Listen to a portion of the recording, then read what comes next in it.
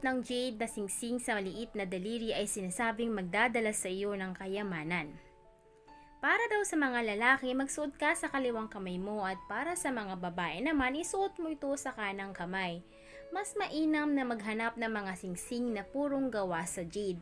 Maaring itong maging magastos dahil nga nangangailangan ito ng isang napakalaking biraso ng jade upang makagawa ng isang singsing. Ngunit hindi mo naman kailangan magsuot ng pinakamahal na kalidad ng jade. Pwede na din kahit ng something nice translucent na birding kulay nito. Number 2. Pumutol ng isang 30 cm na haba ng birding string.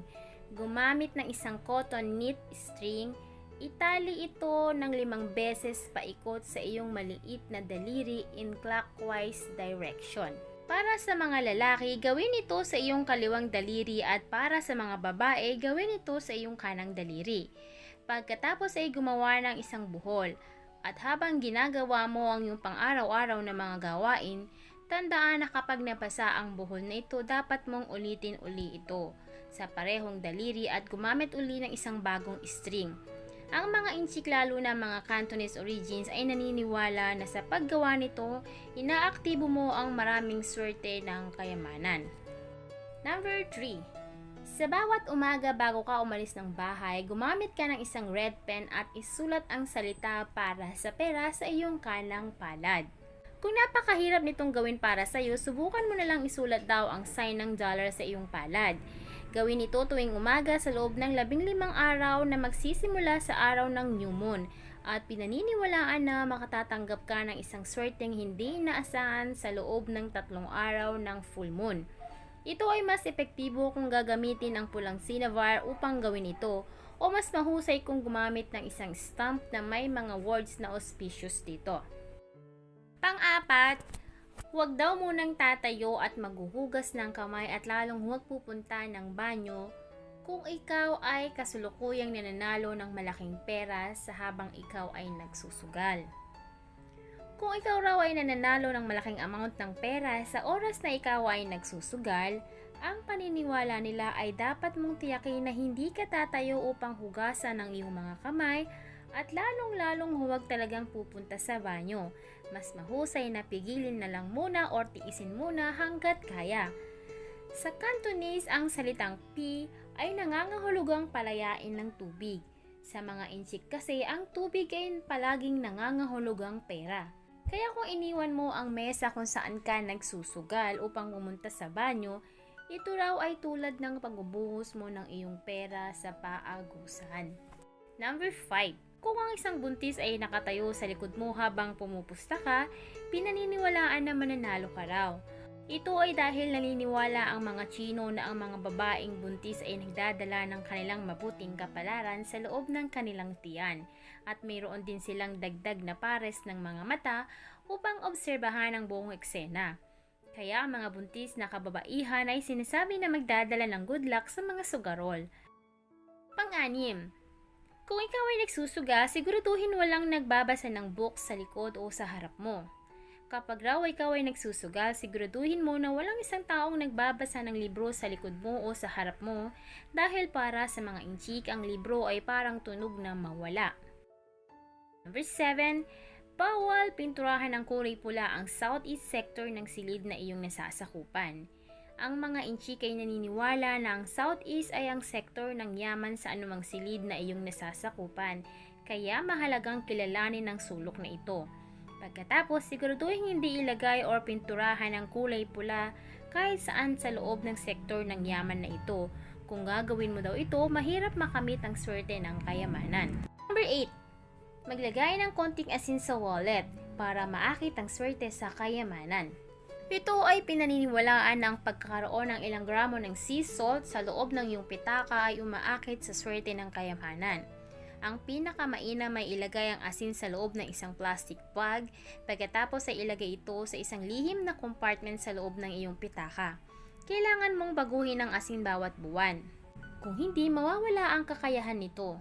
Meron din nagsasabi na ang paggamit ng rock salt sa bahay ay mahusay din. Gagawin nito ang iyong bahay na maaakit ang swerte ng kayamanan sa pamamagitan ng pagkakaroon mo ng mga rock salt na inilagay mo sa loob ng isang maliit na lalagyan na plastic. sa lahat ng sulok ng iyong bahay. Baguhin ang asin tuwing 10 araw. Maaari ka ring maghang ng isang maliit na bag ng rock salt sa gitna ng pangunahing pintuan mo o yung main door mo. Binabago ito minsan sa 1 buwan. Ito ay sinasabing upang maakit ang swerte ng kayamanan. Siguro nga dahil ang asin ay nakakaakit ng tubig.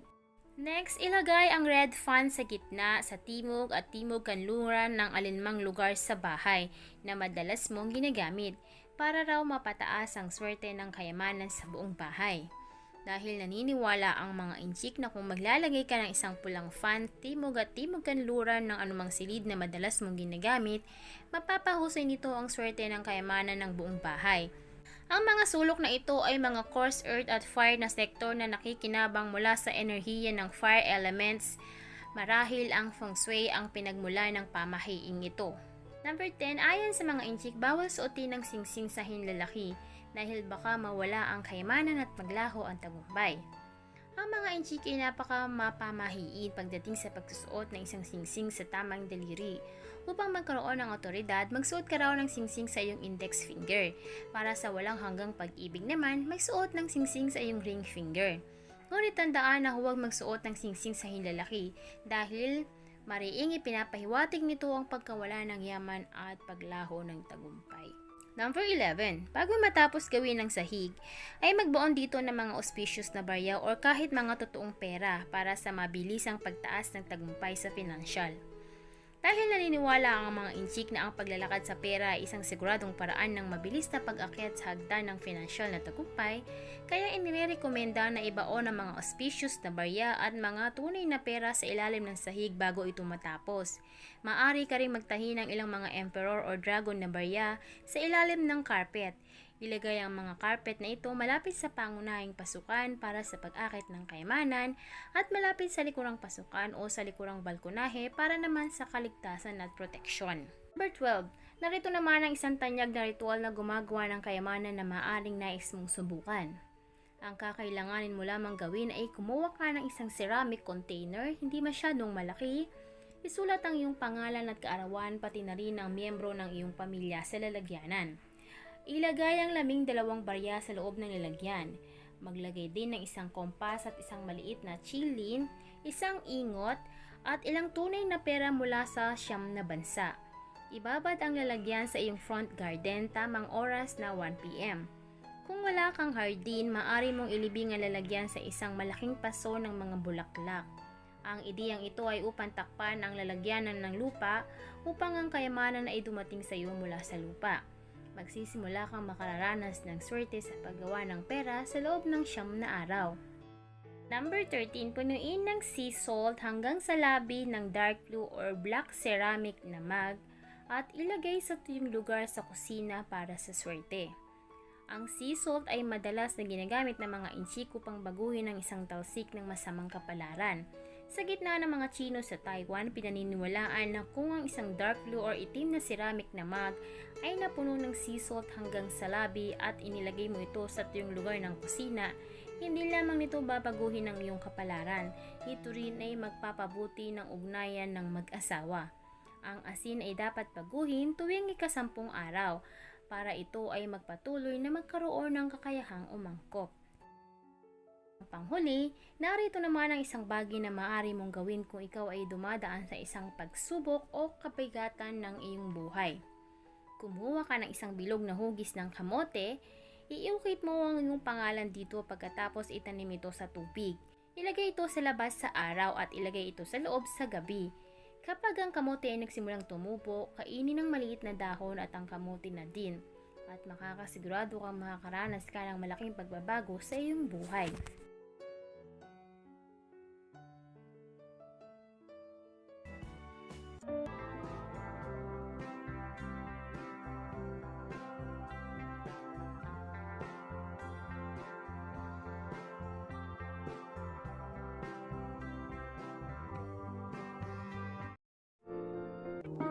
And dati ang aking buhay ay kulang sa sigla.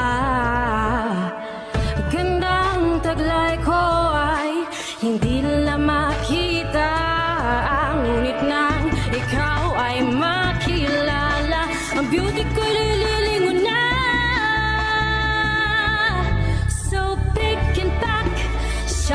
drop sa Easy Shop. Gagandang buhay, pick and pack.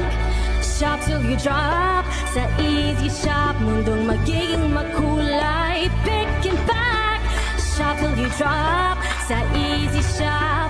Gagandang buhay, pick and pack. Shop till you drop sa Easy Shop. Mundong magiging